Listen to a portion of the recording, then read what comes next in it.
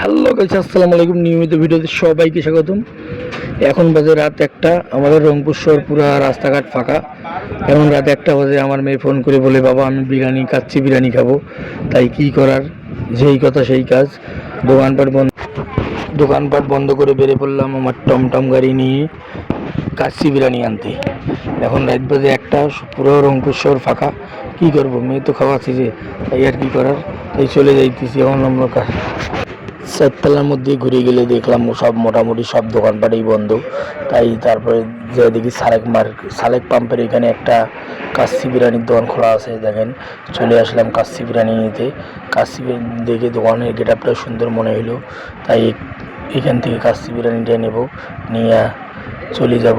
মেয়ে যেহেতু খাইতে চাইতে অবশ্যই খেলে দিতে হবে। অবশ্যই ভিডিওটা ভালো লাগলে অবশ্যই লাইক কমেন্ট শেয়ার করবেন। আর বর্তমান দেশের যে পরিস্থিতি, অবশ্যই সবাই সাবধানে থাকবেন। আল্লাহ হাফেজ। আবারও দেখা হবে কোনো নতুন ভিডিও। অবশ্যই ভিডিও সবাই লাইক কমেন্ট শেয়ার করবেন। ধন্যবাদ। আবার দেখা হবে নতুন ভিডিও। আল্লাহ।